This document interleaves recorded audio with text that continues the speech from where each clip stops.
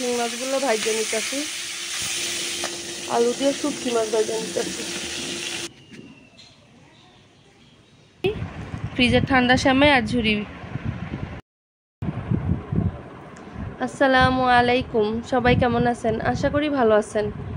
আমরা আলহামদুলিল্লাহ ভালো আছি, কিন্তু আয়াত একটু খারাপ, কারণ গতকাল রাতে খেলা করতে করতে ওর হাতটা কাইটা গেছে।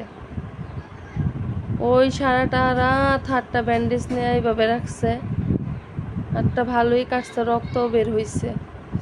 তো এই তো সকালবেলা উঠার পর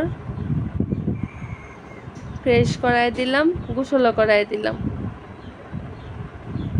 একবারে গোসল করে কাপড় চোপড় পরাই দিলাম, কারণ ওরে যদি সকালে গোসল না করাই তো আমার কাজ করা সমস্যা হয়ে যায়। ও যতক্ষণ গোসল না করে ততক্ষণ আমার পিছন পিছন ঘুরবো যে মা গোসল করাই দাও, মা গোসল করবো গোসল করবো। তো এর ফাঁকে আয়াতের জন্য একটু স্যুপ নুডলস রান্না করে নিছি। আয়াত খাবে শুধু ডিম, নুডলস আর মশলা।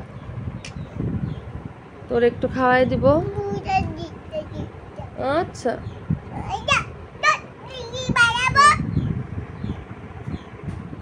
নুডলস তুমি খাইবা না আমি খাওয়াই দিব? আমি খাওয়াই দিব। আচ্ছা, আসতেছি। এদিকে চুলে রান্না বসাই দিছি, ভাত বসাইলাম, ভাতটা হোক। শিং মাছ ভিজাইছি, শিং মাছ দিয়ে একদম পেঁয়াজ দিয়ে মাখা মাখা করে শুকনো করে রান্না করে দেবো আইয়াদের বাবারে। আর এখানে মুগ ডাইলে প্রেসারে দিছিলাম।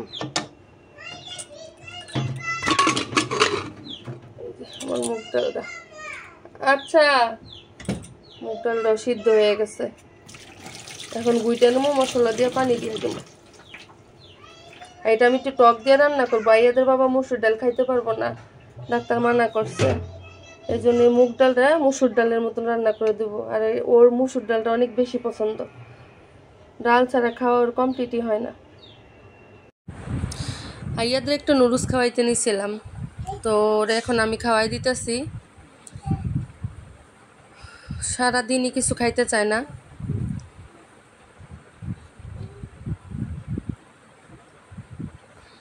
তো অনেক কষ্টে একটু খাওয়াইছি, কিন্তু পুরাটুকু নুডলস খাওয়াইতে পারলাম না, অল্প একটু নুডলস সে খাইছে, এতটুকু নুডলসও সে খাইলো না। মুগ ডাইলে আমি সব মশলা দিয়ে 2টা পানি দিয়ে বসাই দিচ্ছি। এখানে হলুদ, ধনিয়া, জিরা গুঁড়া, আদা রসুন বাটা আর লবণ দিয়ে দিচ্ছি।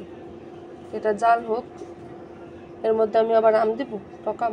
বাটটা হয়ে গেছে, মা ডাইলে নিছি। আর এদিকে শিং মাছটা কাইটা নিছি, এখন এটা লবণ দিয়ে ভালো করে ধুয়ে নিব। শিং মাছগুলো ভাজে নিতেছি।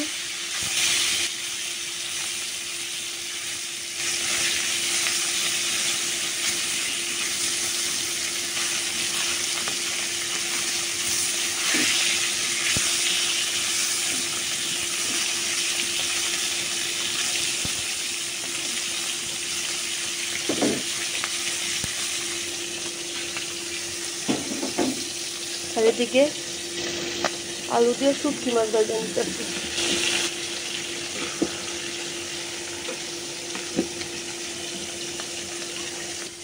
ডাল হয়ে গেছে, অনেকগুলো হাঁড়ি পাতিল হয়ে গেছে, এগুলো দিয়ে নিতে হইব পাতে দিয়ে।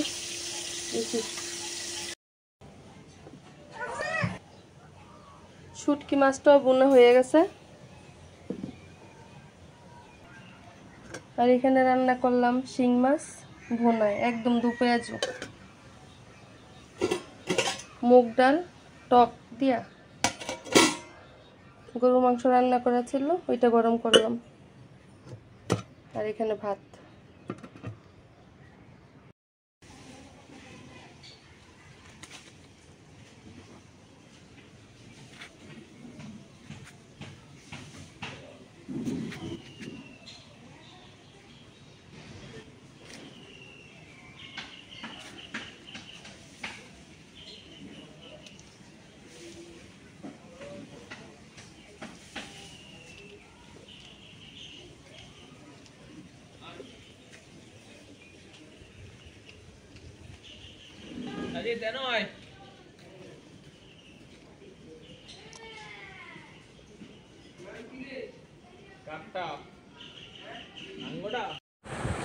সন্ধ্যার পর একটু সেলাই মেশিনে বসলাম 3 পিস বানানোর জন্য।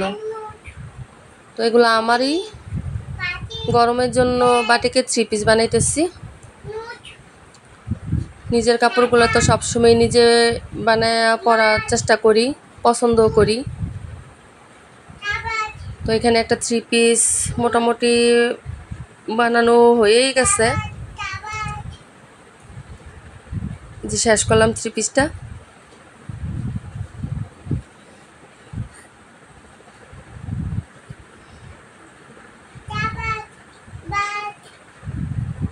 এই কাপড়গুলো গরমে পরতে অনেক অনেক কমফোর্টেবল, অনেক আরাম লাগে। আর 3 পিসের কাপড় থেকে যে হাতার কাপড়টা থাকে, যেহেতু শর্ট হাতা দিছি, হাতার কাপড়টা দিয়ে আমি আইয়াদের জন্য ফতুয়া বানাইনি, কারণ ও ভারী কাপড় গরমে পরতে পারে না। তো এই যে একটা ফতুয়া বানাইলাম, যার একটা ফতুয়া বানাই নিলাম।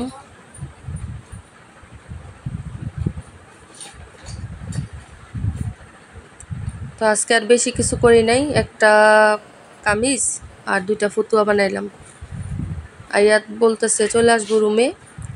ও সবসময় দেখা গেছে আমি কাজ করার সময় আমার পাশেই বসে থাকে, কখনো কখনো বিরক্ত করে, কখনো না। সন্ধ্যাবেলা আয়াতকে নিছি একটু নুডলস খাওয়াইতে, সে খাইলো না, তার শরীরটা খুব খারাপ, আজকে সারাদিন খাওয়া নাই। আর আমি নিছি সেমাই, ফ্রিজের ঠান্ডা সেমাই আর ঝুরি। সেমাই দিয়ে ঝুরি ভালোই লাগে, তো একটু খাবো সন্ধ্যায়। ভালো থাকবেন সবাই, আসসালামু আলাইকুম। গল্পটা আমাদের পাশে থাকবেন। আল্লাহ হাফেজ।